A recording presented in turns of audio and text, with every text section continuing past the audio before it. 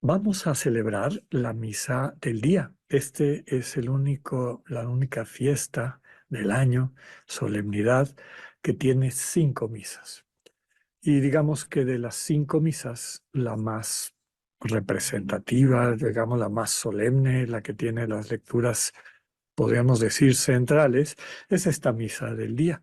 En otros años, cuando hemos transmitido el día 24 por la noche, hemos celebrado la misa de la víspera de Navidad o la misa de la noche o de medianoche. Esta que vamos a leer tiene tal vez uno de los textos más bellos del Nuevo Testamento, que es el prólogo de San Juan. Y de ese prólogo estamos tomando este lema, este tema para nuestra reflexión, de su plenitud, de la plenitud del Dios que nos revela su misterio. Hemos recibido gracia sobre gracia. La primera lectura que vamos a poder considerar, meditar, está tomada del profeta Isaías y nos presenta casi el final del profeta Isaías, capítulo 52, eh, que nos es bastante familiar porque incluye una hermosa frase que anhelamos que se vuelva en la vida de cada una y cada uno una experiencia. Poder ver lo hermoso que es contemplar acercarse a nosotras y a nosotros el mensajero que nos anuncia la paz. La paz que anuncia este mensajero está centrada en la buena nueva. El profeta dice, ¿en qué consiste esta buena nueva? Tu Dios es rey. Tu Dios, como se revela, quiere gobernar tu vida, quiere ser el centro de tu vida, y eso es la mejor noticia que has escuchado en tu vida. Proclama la alegría de los centinelas, los que contemplan con atención nuestra vocación como comunidad contemplativa, contemplar con atención el misterio del amor de Dios que nos rodea. Quienes lo contemplan gritan alborozados porque ven con sus propios ojos al Señor que retorna a Sión. ¿Cuántas resonancias trae toda esta imagen a los cristianos? Recordemos que somos quienes hemos visto al Señor. El texto invita a las ruinas de Jerusalén a dar gritos de alegría. Ha llegado quien viene a rescatarnos, a consolarnos. Tomado del texto del profeta, verá la tierra entera la salvación que viene de nuestro Dios.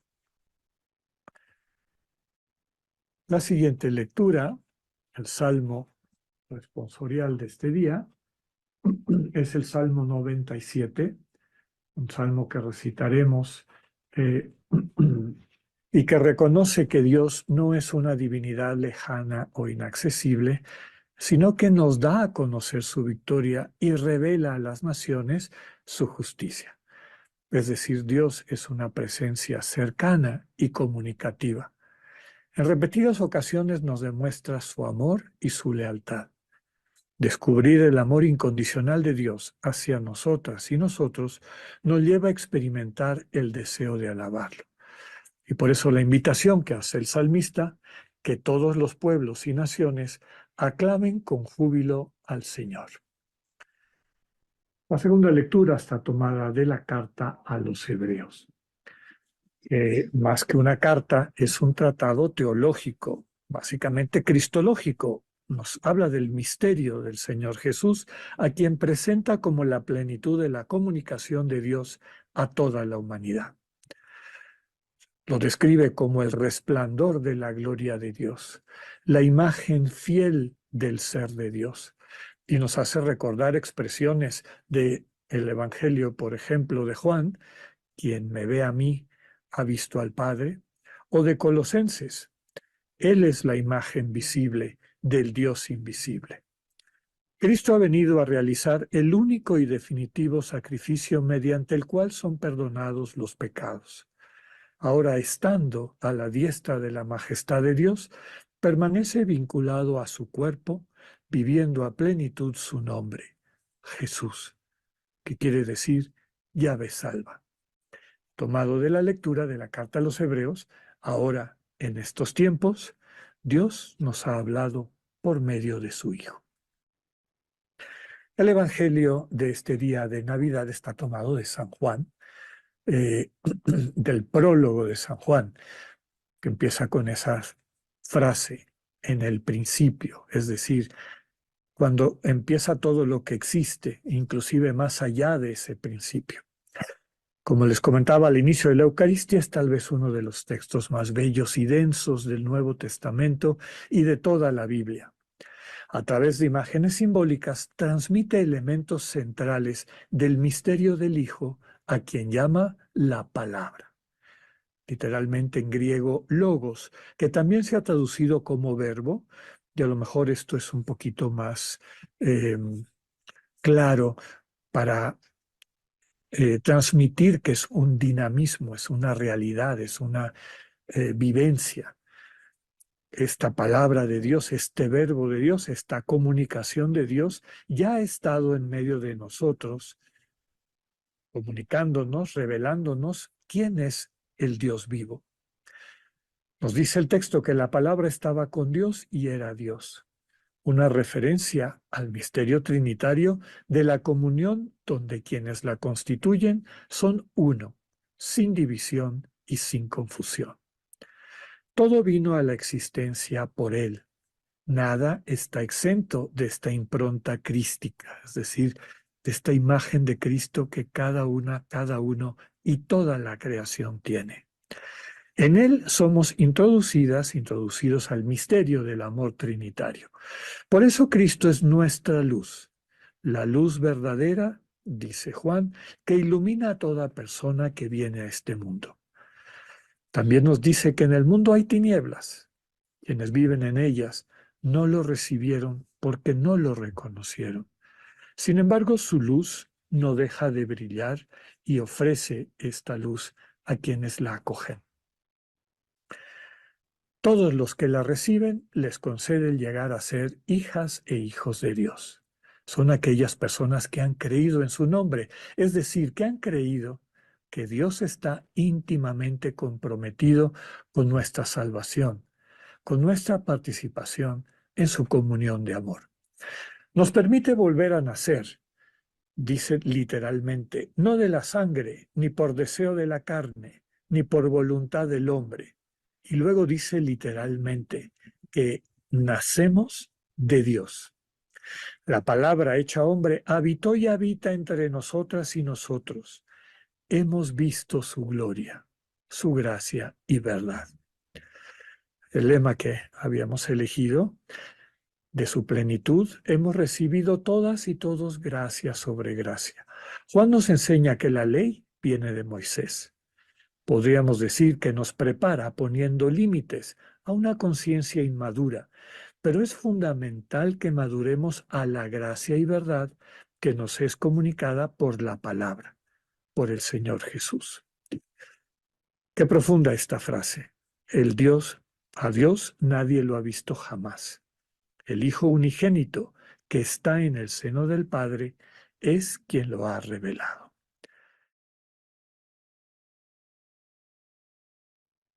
Les decía al inicio de nuestra Eucaristía que la frase que a mí se me quedó y es la que sugería como lema de nuestra celebración es esto, que de su plenitud hemos recibido gracia sobre gracia. Plenitud básicamente significa que la persona o la realidad ha alcanzado todo lo que puede ser. Eso es lo que está pleno, lo que ha llegado a la que en filosofía se conoce como la verdad existencial, ¿no? O la verdad ontológica. Hay distintos tipos de verdad. La verdad más básica y sencilla es la verdad empírica, es decir, la verdad experiencial, que lo que describimos realmente así sea en la realidad. Si yo dijera que ahorita, qué bueno que les gusta la pared pintada de negro atrás de mí, bueno, esa sería una mentira, eh, podemos decir, una mentira empírica. Pero también hay una verdad empírica, cuando lo que decimos es lo que en realidad hay afuera. Hay un segundo nivel de verdad que es un poquito más profundo y es la que se conoce como verdad moral, que quiere decir que lo que yo digo y comunico está en consonancia con lo que creo y siento, ¿va? Que lo que hay en mi corazón se manifiesta con transparencia y se comunica de esa manera a la gente que me rodea. Pero la verdad más profunda es la que se conoce como verdad existencial u ontológica, y es que las cosas sean lo que están llamadas a ser, que alcancen su verdad plena. De la plenitud de Dios, de la realidad de Dios plenamente revelada en Cristo, recibimos gracia sobre gracia. Es decir, don sobre don, vida, buena noticia, como le queramos llamar, que recibimos de este Dios revelado en Cristo. Nos dice el final de la lectura de hoy que a Dios nadie lo ha visto. Nadie. La gente puede tener pudo haber tenido un acercamiento, a lo mejor intuitivo o lo que fuera, pero es en Cristo, en el Señor Jesús, como Dios se revela y de su plenitud, es decir, de la manera como nos transmite el misterio de Dios plenamente, hemos recibido gracia sobre gracia. Cuando nos abrimos a ese misterio de Dios que se manifiesta en Cristo, en este niño pequeño, como ahorita vamos a profundizar en la reflexión, pues nuestra vida cambia para bien y descubrimos no solamente la verdad existencial, qué estamos llamadas a hacer, hasta dónde podemos llegar, cuál es la plenitud de nuestra vida, sino también podemos descubrir el misterio del amor que nos rodea. Por eso, el único unigénito, el Hijo unigénito que está en el seno del Padre, es quien lo ha revelado. Sirva esto de marco para el centro del mensaje que les quiero transmitir. Nos hablaba y nos recordaba Claudia al inicio, en la bienvenida, esta bellísima homilía del Santo Padre alrededor del nacimiento del Señor Jesús. Y hablaba varias veces de pobreza. En Cristo, Dios se nos revela como un Dios pobre. ¿Qué quiere decir eso de pobre? Desde luego que no equivale a hablar de la miseria o de una carencia enfermiza o destructiva, porque eso sería parte de una contradicción del proyecto de Dios. Pero en el mundo de Dios, la necesidad de poseer algo no existe. En el mundo de Dios, la gratitud, la gratuidad del amor sana a los corazones que en su inseguridad tratan de poseer cosas. Entonces, Dios que no nada, que no tiene la necesidad de que no tiene la necesidad de poseer nada, me dice que se cortó. ¿Me escuchan? Me escuchan, perdón. Seguimos con estos sorpresitas que a veces nos da la tecnología. En el mundo de Dios no es necesario poseer nada. Todo es gratuito, todo es don, todo es regalo. La verdadera pobreza está sustentada en esa pobreza evangélica. Dichosos los pobres de espíritu. Son las personas que no sienten la necesidad de poseer algo que en el fondo está hablando de una inseguridad profunda, por lo tanto, no de una vida plena. Dios es pleno y desde su plenitud nos transmite esa plenitud para nuestra vida. También nosotros tenemos otra manera de tratar de alcanzar algún tipo de, podríamos decirles, de seguridad en el poder. Y por eso queremos proyectarle al Dios vivo nuestra inseguridad diciendo que ejerce el poder como nosotros lo ejercemos para sentirnos seguras y seguros, que no es el caso de Dios. El Dios que se nos manifiesta en Cristo es un Dios que no utiliza el poder como el mundo lo entiende. El único poder de Dios, lo hemos dicho varias veces, es el poder de su amor que se entrega gratuitamente. Cuando nos abrimos a ese misterio, cuando dejamos que ese poder entre a nuestro corazón, empiece a transformarlo, empecemos a entender el lenguaje de Dios, que no es el del poder de este mundo, que no es el de las riquezas de este mundo, que no es el de la imagen de este mundo, empiezan a surgir estas cosas que realmente son importantes.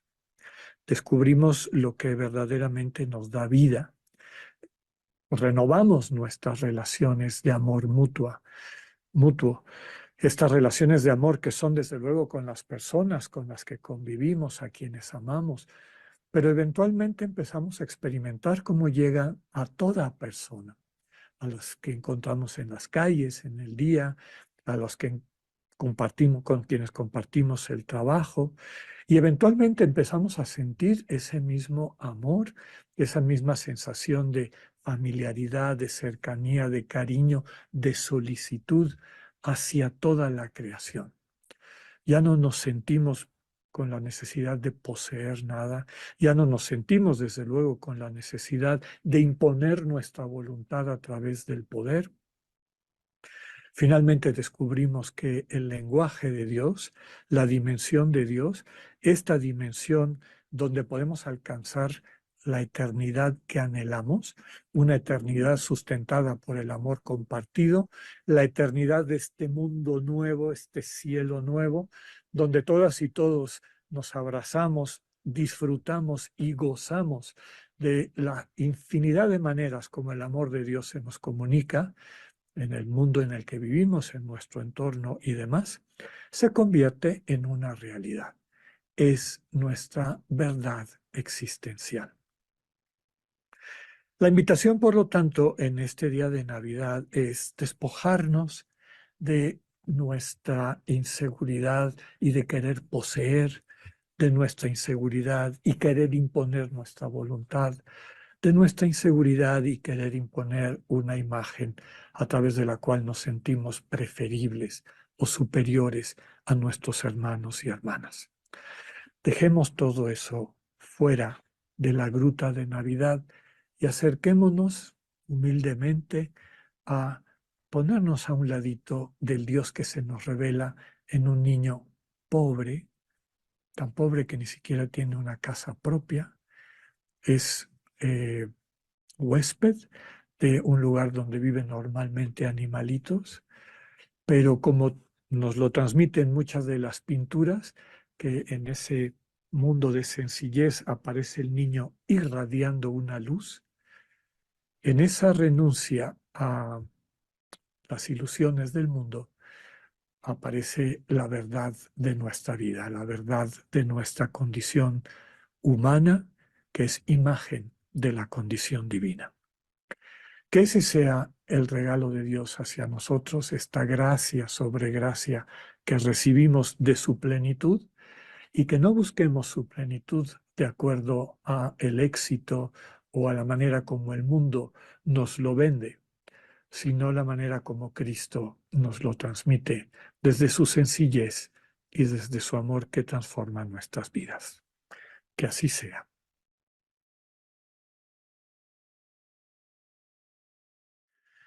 Tomemos esta semana que suele conocerse como la octava de Navidad, es similar a la octava de la Pascua, en el sentido de que todos los días durante 8 días es como si fuera la misma fiesta de Navidad, por eso se dice gloria, aunque sea entre semana, es como extender esta solemnidad a lo largo de una semana. Que la solemnidad de recordar y profundizar en este misterio sea de acuerdo al proyecto de Dios. Cuando hablamos de esta solemnidad, no es una solemnidad al estilo del mundo, sino al estilo de Dios. Un Dios sencillo, un Dios que no viene a servirse, sino a servir. Un Dios que nos lava los pies. Un Dios que es pobre porque en el mundo de Dios nadie necesita poseer nada. donde todo se comparte, donde todo es gratuito, sobre todo lo más importante de la vida, que es el amor compartido. Que todos los días podamos acercarnos al misterio del Dios que se revela en Cristo, en este niño frágil. Deja que ese Dios frágil transforme tu corazón, lo sane, te permita vivir, experimentar, entender que su amor nos basta. Y teniendo su amor, todo ocupa el lugar que le corresponde. Y así podemos encontrar nuestra verdadera dignidad, la dignidad de nuestros hermanos y hermanas, comunicárnosla mutuamente y así construir un mundo mejor. Muy feliz Navidad. Dios con ustedes.